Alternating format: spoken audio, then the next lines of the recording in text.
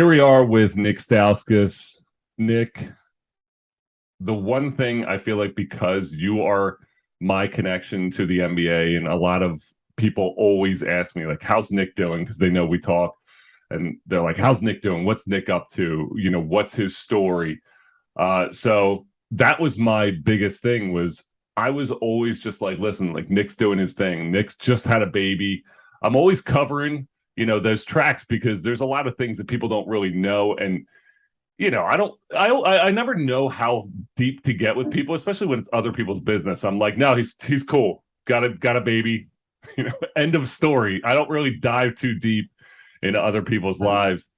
So I kind of just let them tell the story. But, you had such a great season. You were with Boston and, in the NBA finals and, you're doing the dad thing now, which is like my favorite thing because we talk a lot about, I have the children and daughters and, you're on that dad life now. You got the little baby girl. It's the best thing in the world.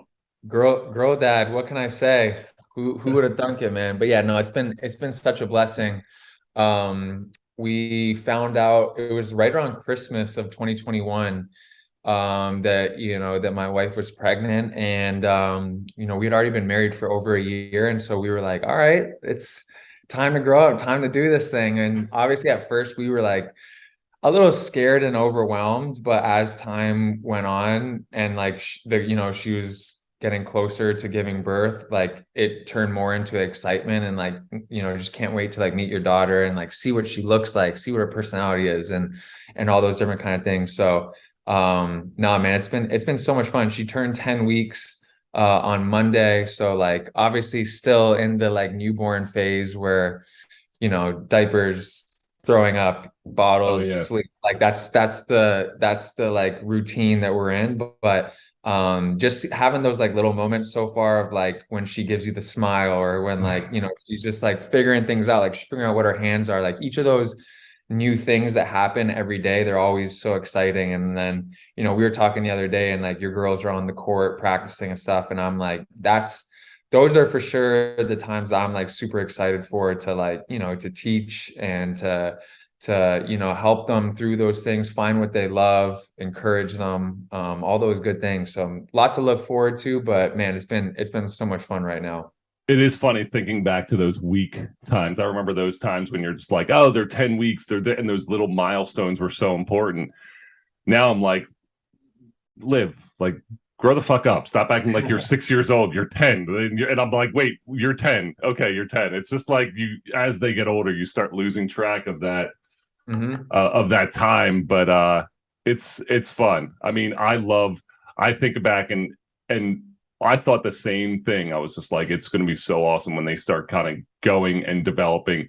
And I always said, like, Liv's starting to develop my personality, and she was rooting hard for the Phillies this year. She's rooting hard for USA. I got my USA Nice. soccer. Canada plays today, in a little bit, right? I heard, yeah. I don't know who they play, but I did hear that I think they have their first game today, Yeah, so it'll be it's gonna be interesting. fun. Yeah.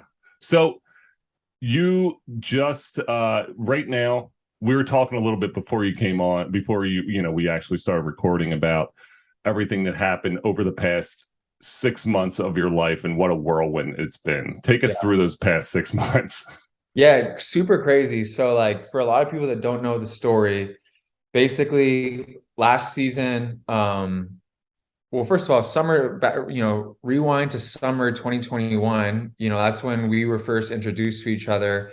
And pretty much throughout the whole, August, September, leading into October, you were in the trenches with me every day, going through it, trying to get ready for the season. And I had committed to go to training camp with the Denver Nuggets, and then eventually get assigned to their G League team, which is in Grand Rapids, Michigan.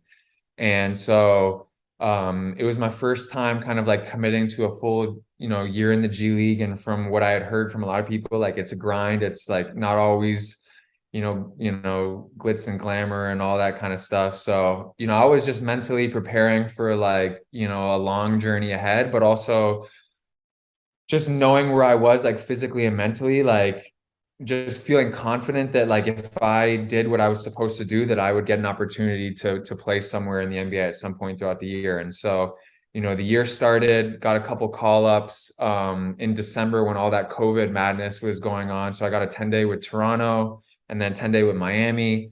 And then after those 10 days happened and the teams kind of recouped all their sick players, I kind of was just like back in the G League at the start of, January. And so the G League season goes until, I think like the first week of April. And so January, February comes along, I'm grinding it out and, felt like I was putting up pretty good numbers, had some great games. And there was just still like really no traction anywhere in terms of like getting a call up. And so March came around. I remember it was March 1st. And keep in mind, Grand Rapids, Michigan, this is not a place that you go on vacation. Like, no, I mean, got so much love for Michigan, obviously, as a University of Michigan alumni, but man, Grand Rapids in the winter, that was somewhat of a depressing place to be. Like fresh coat of snow on the ground every day, like talking -10, -15 when you wake up in the morning.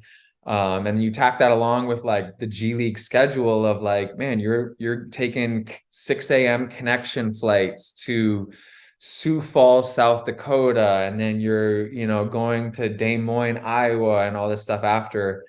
It had definitely taken a toll on me. And keep in mind, my wife had moved out to Grand Rapids with me. She's an attorney, she got a job out there and everything. And so I remember March 1st came around and I was like up to here just with the whole year. Like I had given it my all and just felt like nothing was coming out of it. And so we had a game in Grand Rapids, March 1st and March 2nd. And that morning of the March 1st game, I called my wife. She was at work. I was at our apartment in Grand Rapids. And I called her and I was like, look, like, let's just pack our bags. Like, I'm done. Like, I'm up to here with the whole thing. Like, this just wasn't meant to be. Like, I'm ready. Like, at this time she was already pregnant. We knew we were having the baby. And I was just like, let's just go home, start getting our house ready for the baby. And like, we'll start our new chapter. And like, I'm done with basketball. And she was like, obviously pretty upset with the whole thing. And she was like, look, there's 4 weeks left in the season. Like literally it's March 1st. All you have to do is make it until April 1st. There's 4 weeks left. And she was like, just see it through for this last month, give it your all. And like, if nothing comes of it after that month, like, all right, this summer you can call it quits. And like, it is what it is. We can move on, but you have to at least see it through.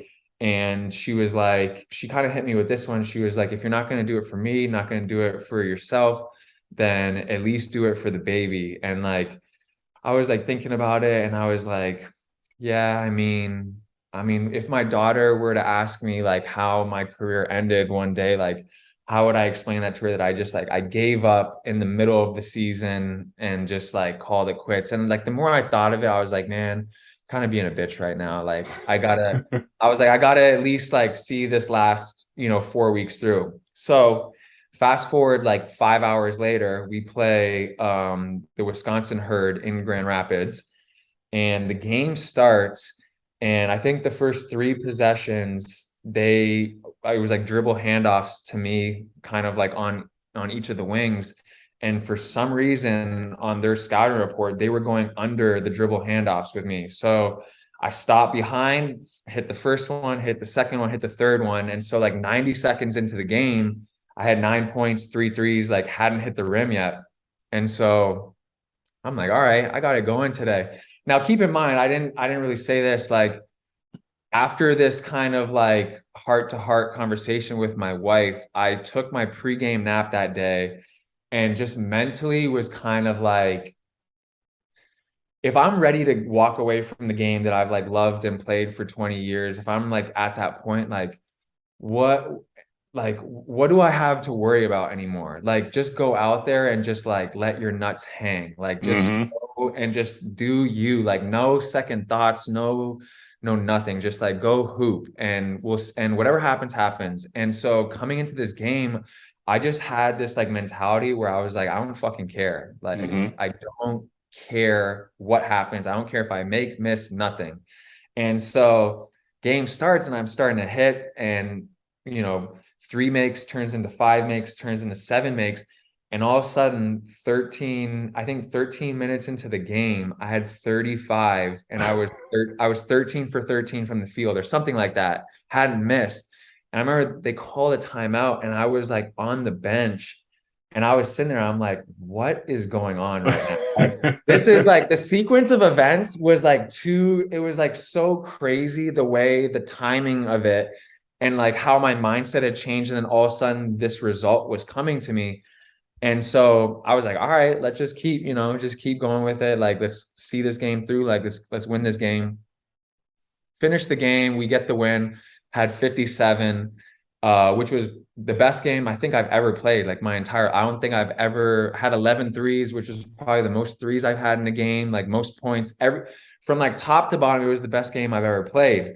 And so after the game, the overwhelming amount of like support from like friends, family, like my agent, everyone's like, holy shit, where did that come from? Because like I had been playing well all year, like averaging over 20, shooting pretty well from three, but like I just hadn't had an eruption like that. And so everyone was like, damn, like whatever you're doing, like keep it up. And so I remember my agent called me after the game, and he was like, well, I'll tell you this, you got everyone's attention after that. And keep in mind, we had a back-to-back. So the next day we had another game in Grand Rapids against the Lakeland Magic, which is Orlando's G League team.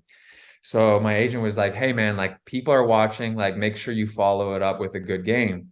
And so fast forward 24 hours later, game starts and same situation. Like I think 4 or 5 minutes into the game, I was 5 for 5 from the field and like had a quick 12 points. And so now I'm like, all right, it's my time. Like some people just get in a rhythm and it's like their game. And I was like, this 24-hour period, this is just my time. So I'm just going to take full advantage, and I'm just going to be super aggressive and just go for a kill. Like, and that was my mentality. Like, I'm just going to kill. And so that game finished, had 43. We got the win. And I think I had 9 threes that game. So in total, 24 hours, 100 points, 23s, and like just a crazy situation. And then again, after that game, the overwhelming amount of like friends, family, agent, everyone reaching out, being like, dude, what has gotten into you, kind of thing. And I'm like, I don't know, man. Like, kind of just a crazy, I don't know. Like, I don't know how this all came together, but it did. And then sure enough, like the next morning, we had the day off because back to back, normally you play back to back games, next day, completely off, no practice, anything. So like I was exhausted, keep in mind, because I like really gave it my all those 2 games. And so I woke up to my agent calling me at like 8 a.m. And he was like, I got Brad Stevens on the other line. The Celtics are giving you a 2-year deal. And I just like, dude, I just like broke down crying. One, because I was so happy that I like finally broke through. And not only, it wasn't like a 10-day, which is what I was hoping for. Like, I just wanted to get another 10-day. Yeah. So to get that call and be like, you got a 2-year deal. And then at that time too, the Celtics were like the hottest team in the league, like knew that I was going to have a chance to go to the finals. It was just such a like whole shift in 48 hours. Like my life took a complete turn, and I was so emotional about it all, like so happy. And it was like tears of joy, but then also it was tears like, holy shit, what, like the sequence of events of like being ready to walk away from the game, having like 2 of my best games ever, and then getting a 2-year deal the following morning. And then like literally being on the next flight to Boston to go sign with the team and like play. So it was such a low to such a high. And I remember turning to my wife and being like, man, all those like dark days that we've had this year where I'm like just grinding and being like, when's my time coming? Like, you don't see the light at the end of the tunnel. I was like, man, that that one phone call, like the feeling of like getting that deal made it all worth it. Like it was like one of the happiest moments of my life.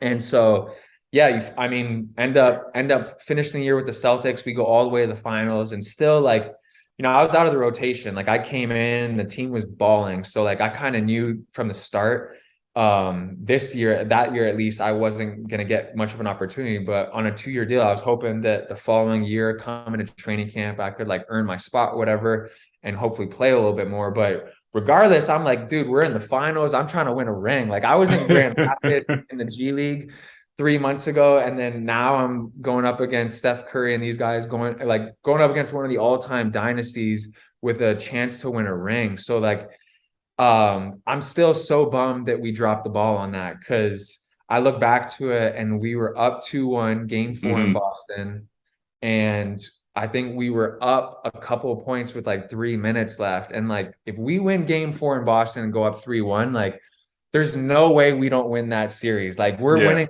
one of the next 3 games. And I'll tell you what, man, Steph, that game 4 in Boston, Steph was just like, it was unbelievable. And it like, we're all talented players, but it really like, that was like one of those performances where it like puts things into perspective, where you're like, there's some of these guys that are they're just on another level, man. Like his confidence, his conditioning, his like just the pure skill that he put on display in like the most hostile environment. Like TD Garden was rocking, and like every single shot he hit, you could just hear the crowd and like the energy just being sucked out of the building. And so, unfortunate that we weren't, it was so unfortunate that we weren't able to pull that one out, because I mean, it would have been a hell of a finish to a year to kind of cap it off with the ring.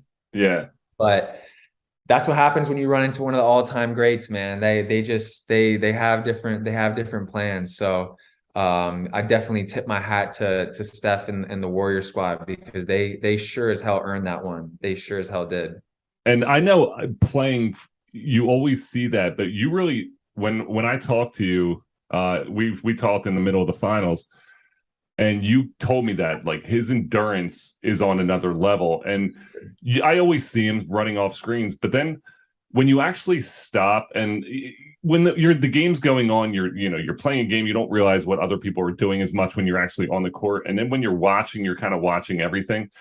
But after I talked to you, I watched him, like went back and watched the replay, and I watched him every single possession, and he does not stop. Like he doesn't stop moving. And everyone always says this, but not only does he not stop moving, but he doesn't stop moving at such a quick pace. Like his jog through the lane is normal people's sprints. And it's just, his conditioning is wild to be able to do that. And that's what they'll look at him like his shooting, but I think the conditioning is really his biggest attribute, because he's a great shooter, obviously, but being able to get all of these shots up and get himself open the way he does, because he's not the tallest player. I mean, 6'2", I'm 6'3", so it's so impressive. So when you told me that, I remember I watch him now every single game. I watch him. I watch how he moves, because it's one of those things that you'll look back on and be like, I watched him play.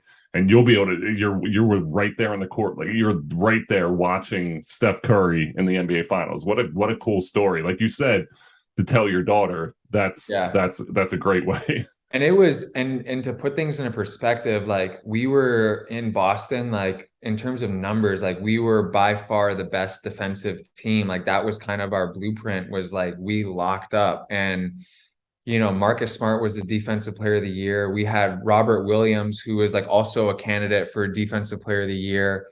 And like just 1 through 5, our ability to like switch and like, now Jason Tatum's on you. Now Jaylen Brown's on you. Now Al Horford's on you. Now Grant Williams is on you. Like we just had so many, Derek White. We had so many good defenders on that team.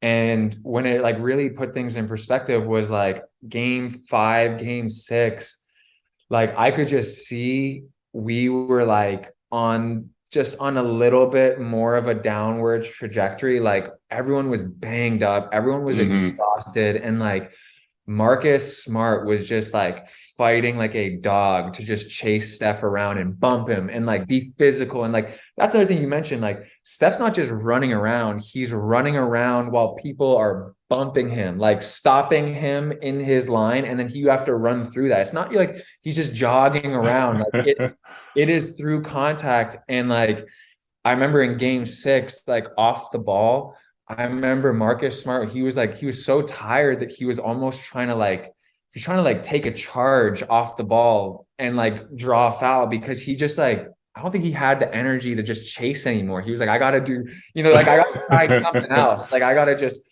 get a foul, slow the game down, something. And it was just one of those things. Like, you're not slowing him down. I remember the game 6, they kind of opened the game up. They're up like 15, 17 points, something like that. And Draymond kind of flipped it to Steph as he was running over half on the left wing, and Steph pulled up from like 35, hit it, timeout, up 20. And we were all it was kind of like one of those ones like, shit, like this might be over. Yeah. And that was when Steph walked back and he started like pointing to his ring finger. And for me, it was just one of those moments where you're like, you got to appreciate greatness when you see it. And that's just that he's one of those guys where he's that good and that special. So hats off to him, man. He's an incredible player. People are saying he's slowing down, which I don't see. Personally, I think he's having his best. I think he's having one of his best years yet. Like, his efficiency numbers are off the charts right now. Like, it's insane. People just get, and it's the same thing with LeBron. People get used to seeing, and then they get bored of it. I'm like, don't forget that what you're seeing has never been done. Just because you've seen him do it now for like 8 years in a row, don't get bored with it. You have to appreciate these kind of players when they come around, because it's not often. And you talk about that, the last day. I mean, people did the same thing with Jordan. Everyone hated Jordan by the end of his career, but then everyone watched The Last Dance, and everyone appreciated, what he did now that he was gone from the game. You really miss it, and you hit it on the head. I mean, that's, people get bored of things, but then when they're gone, you realize what the opportunity that you had to watch that anytime you wanted to, every day you were able to watch him live. That's so cool. Yep. So you finish out the year with the Celtics. I know, we had talked the summer and stuff, and then Malcolm Brogdon? That was the trade. That was the trade. It was, again, the season finished, and I was bummed, but also at the same time, like, just excited for what was to come after, and excited to like come back to the team. Because for me, one of my biggest issues throughout my career is I've been on the move so much that I've almost never been able to finish a season with a team and then come back to this, come back and be with the same coaches, the same players, like same teammates, and have some kind of familiarity. Every year for me has just been like, I'm always with a new team, new coaches, new teammates. And it's like never allowed me to get fully comfortable and fully like into a system. So for me, I'm like, all right, going to come back with Boston next year, and it's going to be, we're going to win a championship. Like, we're going to bring it back. And now this time I'm going to be a part of this. Like, I'm going to come into camp. I'm going to grind all summer. I'm going to earn my spot on this team. I'm going to earn some minutes, and I'm going to be a part of something special. And so July 1st came around, and I got a call. I just finished working out at the gym. I got a call from Brad Stevens, and I just knew, like, July 1st, it's like day 2, it's like basically day 1 of free agency. And Brad Stevens is calling my phone. I'm like, something just happened. So I answered, and he was like, hey, what's going on? How are you? And then he kind of broke the news. He was like, so I gotta let you know, we just made a trade, and we're sending you to Indiana. Now, when he said that, at first I was like, oh, like, because TJ, my best friend TJ McConnell is on the Pacers. So at first I was kind of like, oh shit, me and TJ are about to be reunited. So I was kind of like excited, but at the same time, I'm like, I was bummed because I just wanted to be with that group again. And keep in mind, like that Celtics team was like my all-time favorite team I've played for. Like the chemistry, the vibes were incredible all year. Coaching staff, great. Like didn't have anything bad to say about anyone within that organization. So I was truly excited to be back with that group. And so when the news broke to me, like when he broke the news to me, let me know I was going to Indiana. It was bittersweet. And I was trying to look on the positive side, be like, all right, well, maybe I'll be reunited with TJ and stuff. And then, I get off the phone with Brad and my agent calls me and he goes, hey, so like, because the trade was so lopsided, like basically the Celtics got Brogdon and then the Pacers received 6 players in return. And so just from a roster point of view, you can't have more than 15 players. And when the trade was completed, the Pacers now had like 20.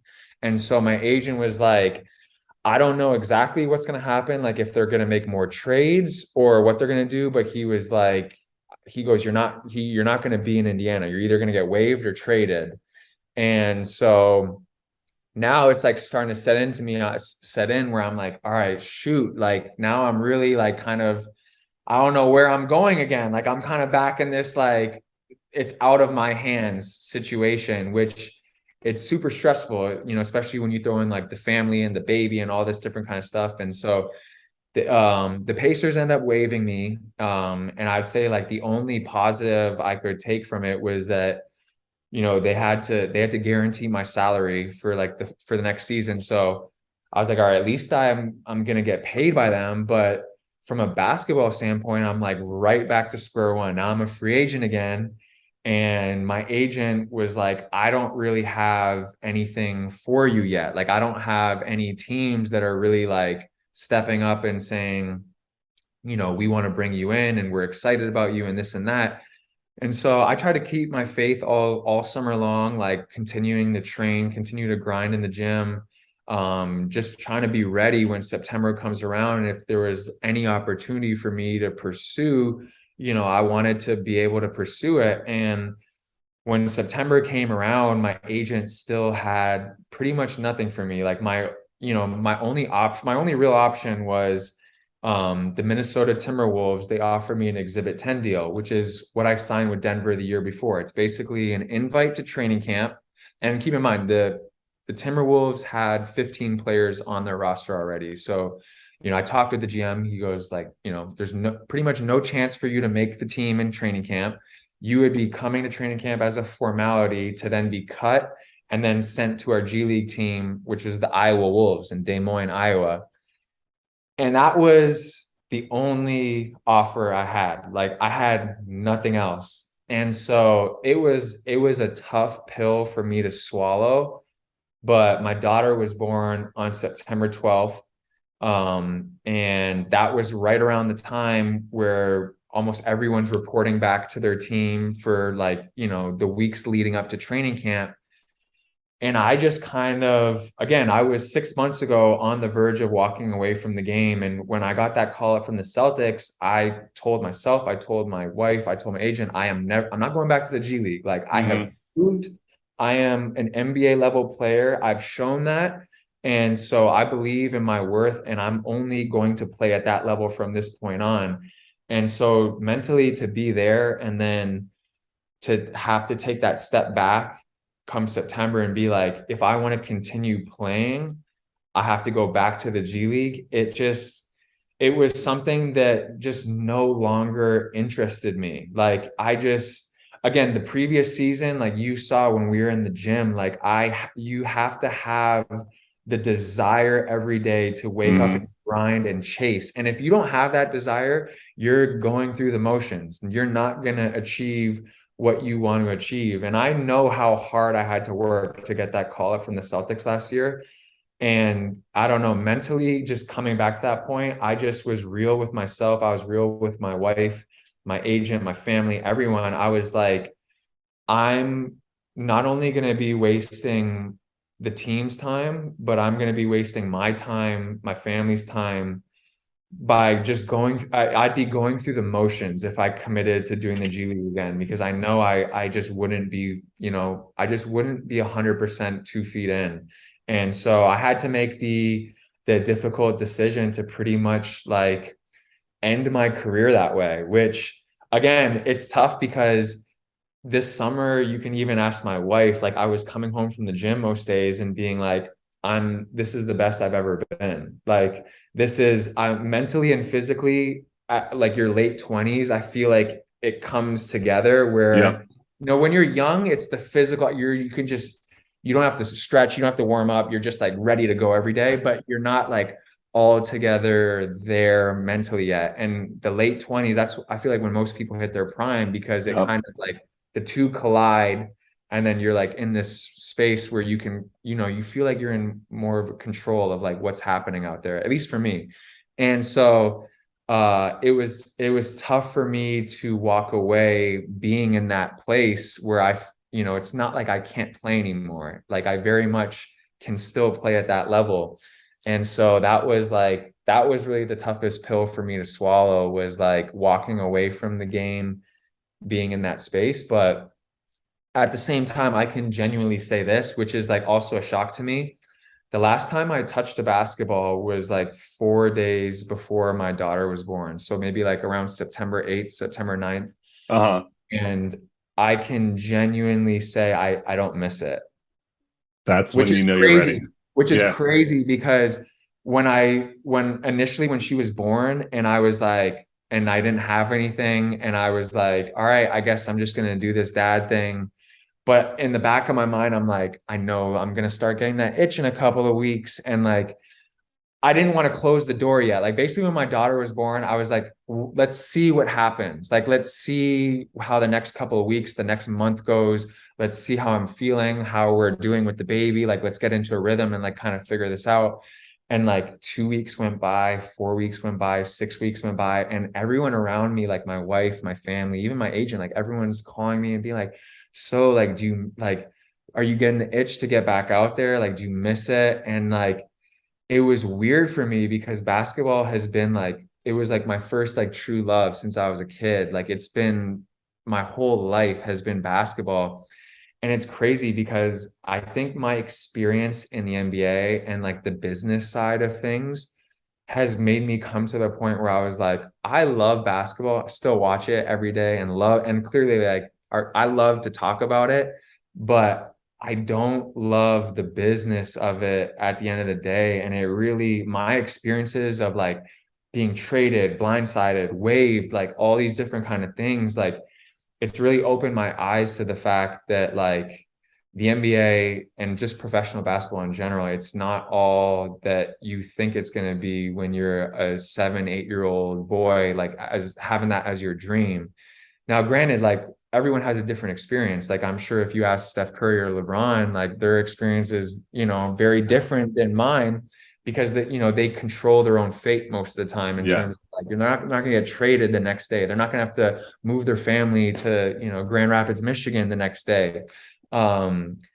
So from that aspect, it kind of like helped me be at ease and at peace with my decision because I was like, look, like if this is the path I'm going to be on, it's not making me happy anymore. And if I'm not missing the game and I'm not like in love with that process of the day-to-day grind of like what it takes to be up here, then I was like, I don't need it anymore. You know what I mean? And so it's allowed me to get to a point where I'm kind of, ready to move on and find out what my next chapter looks like. But again, it's been a blessing because these last 2 months, like it's really been the first time in my life where I haven't like had anything that's like pulling me every day in terms of like all these crazy commitments and travel and whatnot.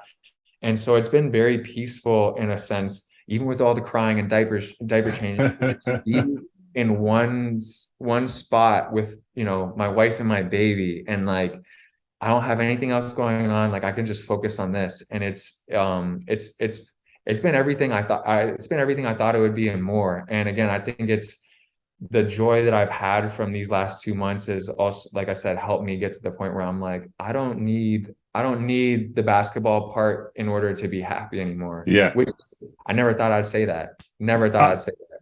It is. It's crazy when you finally hang it up. There's things you miss, and obviously playing.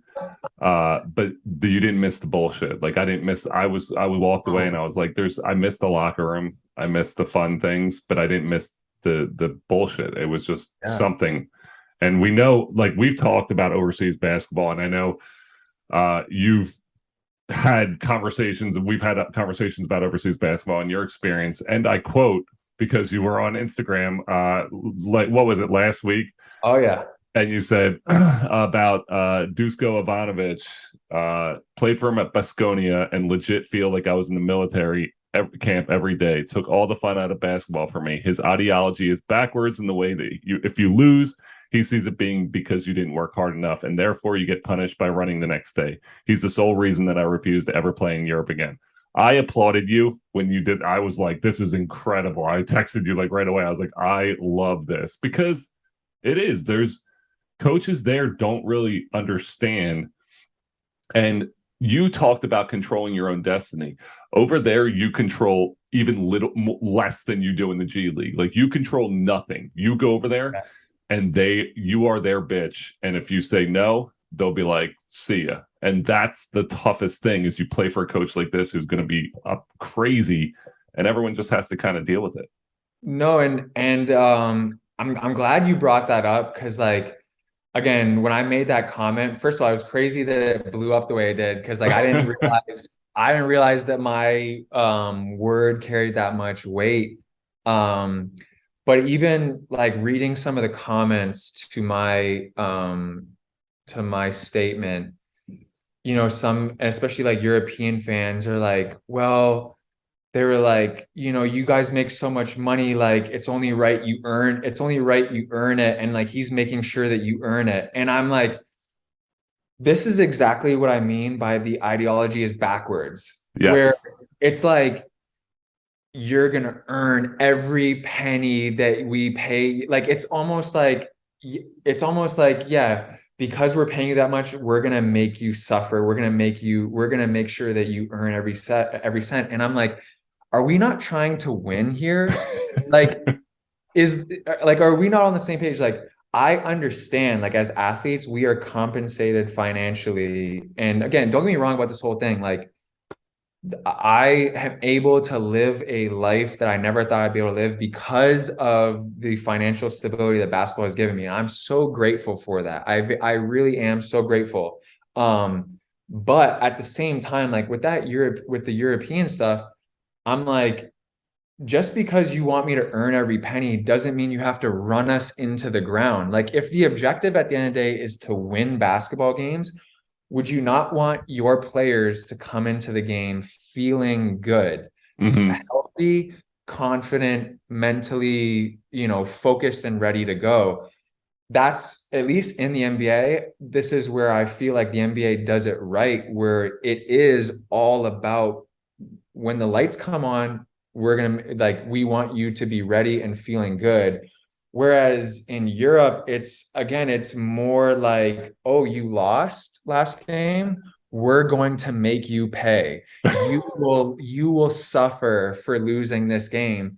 And that's where I feel like it's just, like I said, a little bit backwards, where it's like, you don't lose games solely because you didn't work hard enough in practice. There's so many more factors that go into it, you know, whether it's you know, knowing your personnel, like, you know, preparation on the scouting report, you know, just the chemistry and continuity of the players on your team. Like, there's so many different factors that go in, other than, oh, you didn't run enough on these hills with like a 40-pound bag on your back before the game. Like, and that's why we lost. And so again, like, I clarified after I made that initial comment, and I said, I'm like, listen, in terms of X's and O's, like, I think Duško is like, the guy knows basketball, obviously. And he, like, even when he breaks down film, like, clearly he has an understanding for the game that's very high. What I don't agree with is his tactics in terms of training. And I get it. Like, In the summertime, off season, sure, like I get it. You want to push yourself. If you don't have a game the next day, go ahead and push yourself until you throw up or until your legs are so sore that you can't sit on the toilet the next day. But like when you have a competitive EuroLeague game the next day, why would you want to run your players into the ground and have them not physically ready to play? Because now it's just a downward spiral. Now we're coming into the game, we're tired, we're beat up, we're injured, we're like mentally fatigued, and we're not playing well again. And because we don't play well again, now you punish us even more the next practice. And it's like, it kind of just builds on itself. And again, that's where my comment came from, was from that place where I'm like, I just don't agree with that style of coaching. Like I think a lot of the coaches in the NBA now have come to an understanding where it's like, you want your players to feel good coming into a game. And overseas, it's like, oh, you're not feeling good, like we'll inject you with this needle to make sure your knees numb. And like, you know what I mean? And again, that was part of my issue in Spain, was like, and I acknowledge it, like my year in Spain was a disaster, partly because I came in and I was hurt already. Like I was dealing with a knee issue that was strictly from overuse. And then you tack on the fact that like, you know, Duško comes in and we're doing 2 practices a day in the middle of the season.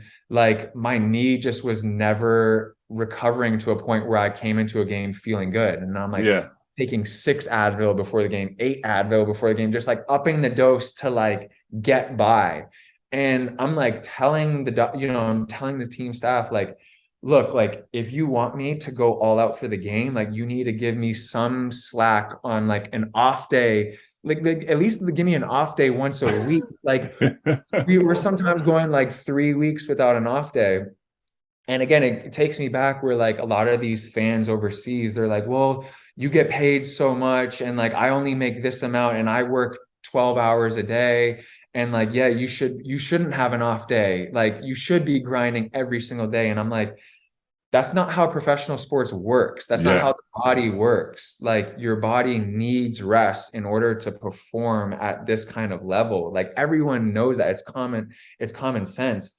But like you think it's common sense, but they really don't believe in that there. It's just a different style. And so again, works for some people. For me, I didn't enjoy that part of it. And that's why, again, like coming into this crossroads in my life where I was like, if I want to continue playing, I felt like staying here in the US was my only option because I was scarred from my experience there. And people were, again, on the comments underneath were like, you can't let one coach like, you know, affect your whole experience in Europe and blah, blah, blah.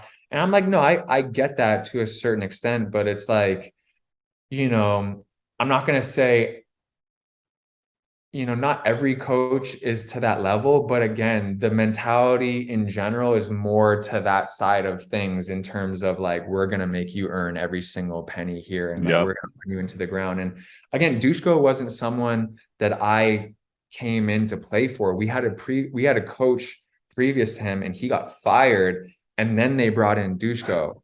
And so again, it's one of those things where it's like, that could happen to any, and that it just happened. Like he just got hired by, I think, the team in Belgrade, Red Star. And that's why like this whole comment came about, is because he got hired and his first practice with the team was 6.5 hours.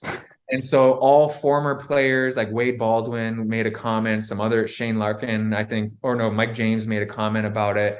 Like a lot of guys were commenting on it, how like insane it was. And that's what my comment was based off of too, is I was like, dude, it's your first practice with the team. And it's like, you practice making practice for 6.5 hours. And it's like, they have a game the next day. And it's like, I get it. You're old school in your mentality and like in your approach, but like it's 2022. And I just think the knowledge that we have about the body and like the medical staffs, what they understand, like, I think there needs to be some kind of a middle ground where it's like, I get it. You want to be like hard nosed and like you want to have like a military style thing, but like you could also take it a step back and still have your players like super in shape and super ready to go.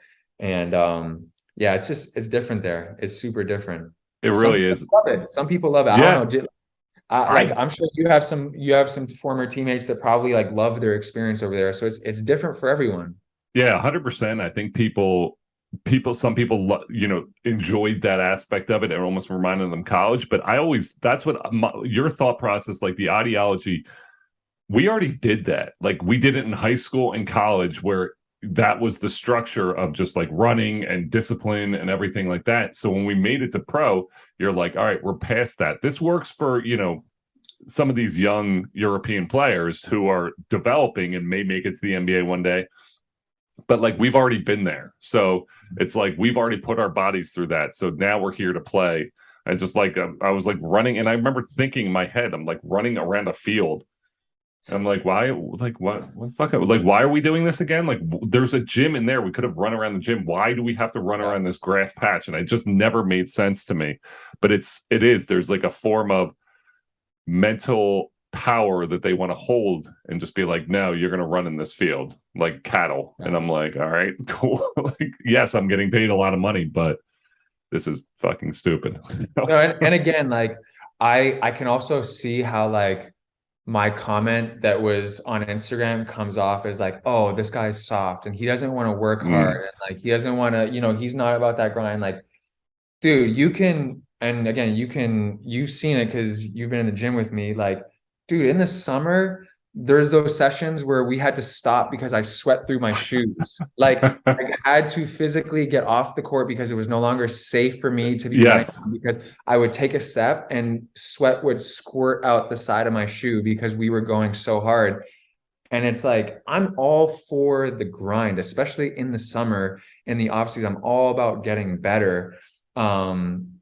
But like there needs to be, everyone says like working hard and working smart. Like there needs to be some kind of a middle ground when you have in the middle of a season with games. Like there needs to be, some kind of, and this is where it's also different in Europe. Like the medical staff doesn't have a whole lot of say or power at the end of the day. Because in the NBA, the medical staff that now pretty much determine on a day-to-day basis what players are allowed to do based on what their load was from the day before. Like if you had played 40 minutes the day before, the next day when you come in for practice, maybe some like light jump shooting, whatever, but like you're not going live. You get your lift in, you get your like individual work in, you get some treatment, but like you're not expected to like run for an hour the next day when you just played, a 40-minute game or a back-to-back or whatever. And I guess that's where it's just like not fully caught up yet, where those medical staffs in Spain or overseas, like I think they understand what's right, but they don't have the power to like, the coach runs the club pretty much. The coach determines what's going to happen on a day-to-day basis, and the medical staff is kind of just there to like almost band-aid the players or give them injections when they're falling apart. And I'm like, that's not really the best way to like win, I guess. But again, everyone's different with the way they think. So I'm not gonna like, again, I would like to say like maybe I should apologize to like Duško for like if he read my comments or is like upset that I said, like, dude, I apologize. Maybe it wasn't the best way to go about like putting him on blast, but it was also just one of those situations where like I saw the post about them practicing 6.5 hours, and I'm like, dude, some people just never change, man. Yeah. And that's why this was like, I was pissed and I just like wrote the comment, but hopefully what I just said like clarifies 100%. And a little bit of that. That's what I love about these discussions is there's such different styles here and there. And when you have a player who's played at both, that's what makes it so interesting. And you've done both. And that was great because the comment, any comment taken out of context could end up, ruffling feathers. I remember reading through the comments. I was like, are you kidding me? Because I looked at it as how I lived it, and I'm like, I'm overseas fan. Like we talk overseas basketball, so I have appreciation for overseas basketball. But there is that wildness that still is very apparent in some of these coaches, that old school mentality. And like you said, it's 2022. Everything's adapting, everything's growing. And some of these coaches, it's good for your younger players. It's not great for the Americans. And when we don't have the power to really be able to step in and say, hey, I'm not doing this. Like Mike, I know Mike James was like, I would have just walked out of practice. And Mike has that power as one of the top players, in overseas basketball. He's like, nah, fuck this, I'm out. And he could do that. But there's a lot of guys who just kind of suffer in silence like you did. And, like guys who just are first time overseas players, you just kind of suffer in silence and you're like, this sucks. So when you have that platform, I think it's important, like you did to kind of express. And we've talked about this before. You have such a knack for this. So I know, that next stage when you're getting to maybe broadcasting or starting to, do your own thing, it's great because you really have a good flow and a good way with this, Nik. I appreciate that, man. Yeah, definitely. Again, we'll see what the next chapter brings for me. Like this year I'm starting to do, I've already started to do a little podcast for like Michigan basketball. So I'll be doing a bunch of like Michigan games this year and kind of just keeping in touch with that. But no, I think for sure, whatever I do next, I think it's going to involve basketball. Like it is, like I said, my first like true love since I was a kid, and something just brings me a lot of joy, and I still love talking about it. And I feel like I do have a good amount of knowledge about the game. So we'll see where I end up. I would love to continue in this space somewhere. But again, yeah, we'll see. I'm not really going to rush into anything yet because, like I said, I'm really enjoying my time with my wife and my daughter for now, and kind of like just figuring out what's going to come next. But it's all exciting stuff. It's all super exciting stuff. I love it. And that's the most important thing is, what you're planning that next step and, spending it with your family. And I also love the fact that we were able to get a sweat shoe reference. I was trying to figure out how I can jam it in there, but you got it there, the sweat shoe. Cause I remember that was pretty impressive. And I'm going to say it was like 90% due. I would say 80% due to like how hard I was working, 20% due to the fact that the AC was not going. Busted. It was busted in the middle of August. And so like that gym was freaking hot, man. Like, yeah. I remember we would like go through our warm up of like, just some like spot shooting and light movement. And I was already, just full game sweat. So, but no, I love those times, man. Like honestly, if there's like a part of like those like grinded out days in the summer that I almost like, I enjoyed them more than the actual games themselves, which is so weird because like most guys are like, man, I just want to hoop. Like I just want to play 5-on-5. But for me, there was like something about being in a gym alone, like just, getting shots up or working on my game that was like therapeutic almost, I don't know, everyone's different, but that was like one of my favorite things about basketball was just like having that time alone in the gym. I love it.